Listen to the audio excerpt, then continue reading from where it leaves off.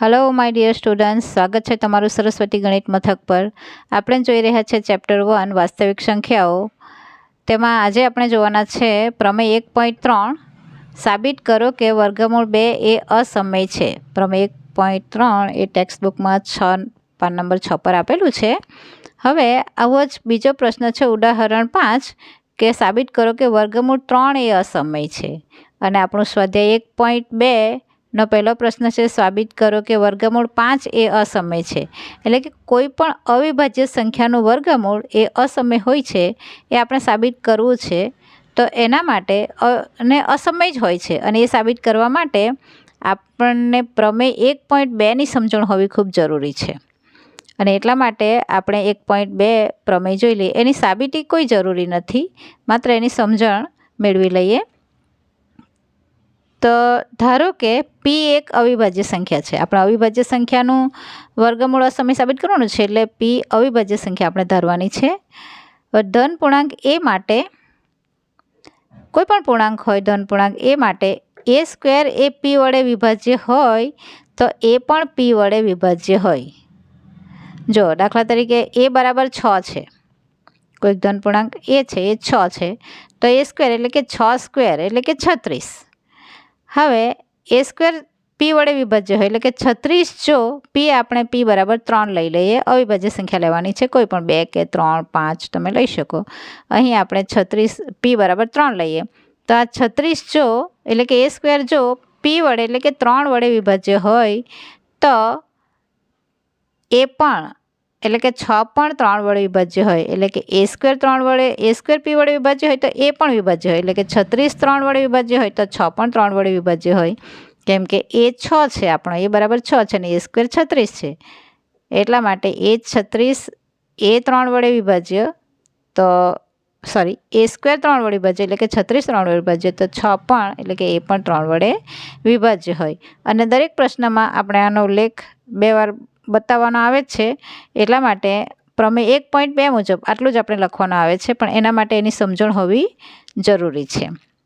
હવે આપણે સાબિત કરીએ પ્રમેય 1.3 તો વર્ગમૂળ 2 એ અસમય છે એવું સાબિત કરવાનું છે। આપણે દરેક વખતે આ લાઈન યાદ રાખવાની છે। આથી ઉલટું ધારો કે વર્ગમૂળ 2 સમય છે, એટલે કે અસમય સાબિત કરવાનું છે તો આપણે સમય ધારી લેવાનું છે। દર વખતે ઉલટું ધારવાનું છે અને લાઈન પણ આ રીતે જ લખવાની છે, દર વખતે યાદ રાખવાનું છે। જો આ જે રીતે આખી પદ્ધતિ વર્ગમૂળ 2 સાબિત કરવા માટે જે આપણે લખી છે સેમ બધામાં આ જ લખાણ આ જ મેથડ વાપરવાની છે, માત્ર ખાલી અહીંયા જે વર્ગમૂળ 2 છે તેની જગ્યાએ જે અંક હોય અવિભાજ્ય અંક તે અંક દર વખતે લેવાનો છે। તો એકદમ સરળ વસ્તુ છે, તમે સતત બધા પ્રશ્નો કરી જશો એટલે માઇન્ડમાં ફિટ થઈ જ જશે અને તમે સમજી જશો, તમને લખતા આવડી જ જશે। તો વર્ગમૂળ 2 જો સમય હોય તો એને પી છેદમાં ક્યુ સ્વરૂપમાં એ છેદમાં બી સ્વરૂપમાં લખી શકાય। એટલા માટે આપણે ધારી લઈએ કે વર્ગમૂળ 2 બરાબર એના છેદમાં બી, જ્યાં એ અને બી પરસ્પર અવિભાજ્ય શૂન્યેતર પૂર્ણાંક છે। દર વખતે આ લાઈન લખવાની છે, એ અને બી પરસ્પર અવિભાજ્ય। હવે પરસ્પર અવિભાજ્યનો અર્થ શું? અવિભાજ્ય એટલે આપણને ખબર છે, અવિભાજ્ય એટલે કે જેના માત્ર 2 જ અવયવ હોય, એટલે કે 2 3 5 7 11 13 આ બધી અવિભાજ્ય સંખ્યાઓ છે। પણ પરસ્પર અવિભાજ્ય એટલે શું? તો પરસ્પર અવિભાજ્ય એટલે એકબીજામાં કોઈ સામાન્ય, બંનેમાં કોઈ સામાન્ય અવયવ નથી એક સિવાયનો, તો એને પરસ્પર અવિભાજ્ય કહેવાય। ધારો કે એ બરાબર આપણે 14 લઈએ અને બી બરાબર 15 લઈએ। હવે એ 14 છે અને બી 15 છે તો 14 પણ વિભાજ્ય સંખ્યા છે, અવિભાજ્ય નથી। બી પણ વિભાજ્ય સંખ્યા છે એટલે કે 15 પણ વિભાજ્ય સંખ્યા છે, પણ બંને સંખ્યા પરસ્પર અવિભાજ્ય છે। કેમ કે 14ની અંદર 7 દુ 14 આવે અને 15માં 5 તાળી 15 આવે, એમાં કોઈ બંનેમાં સામાન્ય અવયવ નથી, એટલા માટે એને પરસ્પર અવિભાજ્ય પૂર્ણાંક આપણે કહી શકીએ। હવે અહીંયા ગણવાનું, અહીંયા તમારે આપણી જે ગાણિતિક મેથડ જ વાપરવાની છે। બી અહીંયા વર્ગમૂળ 2ની બાજુમાં ગુણ્યામાં આવી જાય એટલે વર્ગમૂળ 2b બરાબર અહીંયા રહી જાય છે એ। હવે આપણે બંને તરફ વર્ગ કરી પુનઃ ગોઠવણી કરવાની છે, તો આ તરફ પણ કૌંસમાં મૂકીને વર્ગ મૂકી દીધો અને આ બાજુ પણ વર્ગ મૂકી દીધો। હવે આનો વર્ગ કરતાં વર્ગમૂળ 2નો વર્ગ 2 અને બીનો વર્ગ બરાબર એનો વર્ગ. હવે આ વસ્તુ આપણે આગળ યુઝ કરવાનું છે. અહીંયાનો અર્થ શું થાય છે કે એ સ્ક્વેરના આપણને અવયવ મળે છે 2 ગુણ્યા બીનો વર્ગ. એનો અર્થ એ સ્ક્વેરનો એક અવયવ 2 છે.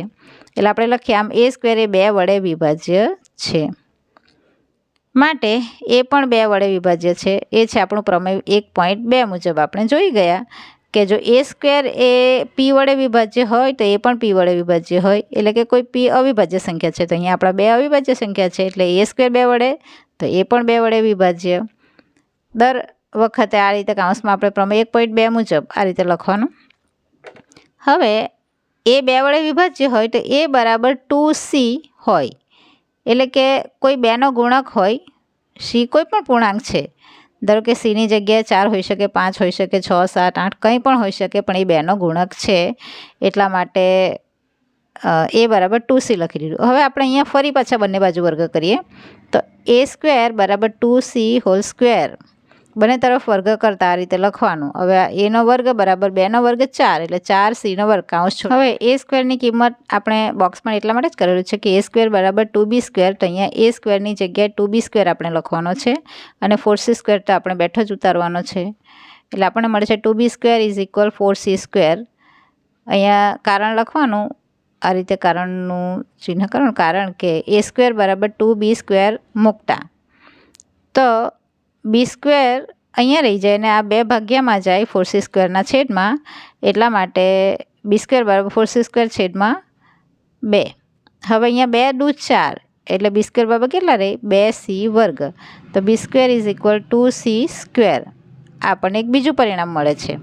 જેમ એ સ્ક્વેર બરાબર 2b સ્ક્વેર મળે છે તે રીતે બી સ્ક્વેર બરાબર 2c સ્ક્વેર મળે છે.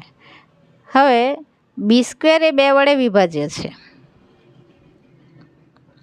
માટે બી પણ 2 વડે વિભાજ્ય છે.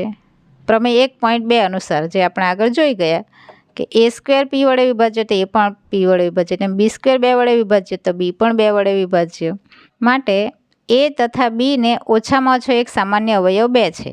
જો બી પણ 2 વડે વિભાજ્ય એટલે બીને પણ 2 નામનો અવયવ છે અને એને પણ 2 નામનો અવયવ છે. તો બંનેને ઓછામાં ઓછો એક સામાન્ય અવયવ 2 મળે છે. આમ એ અને બી પરસ્પર અવિભાજ્ય છે એ ધારણાનો વિરોધાભાસ મળે છે.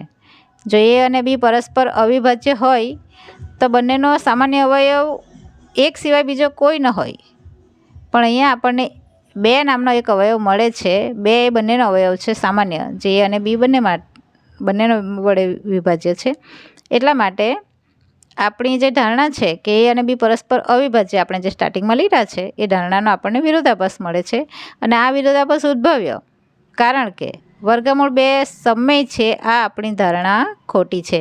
આપણે જે શરૂઆતમાં ધારણા કરેલી કે વર્ગમૂળ 2 ધારો કે સમય છે તો એ ધારણા આપણી ખોટી છે.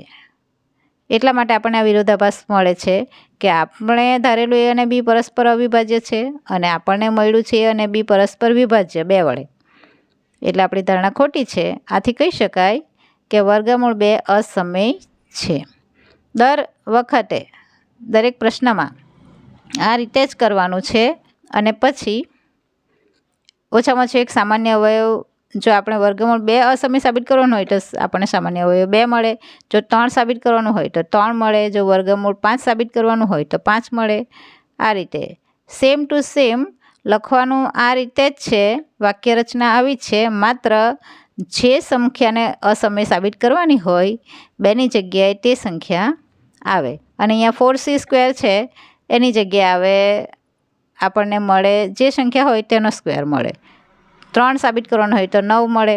5 સાબિત કરવાનો હોય તો 25 મળે. અને છેવટે તો પછી 3, 5 એ જ મળે. એ આપણે આગળ જેમ સાબિત કરીશું તેમ આપણને ખબર પડશે.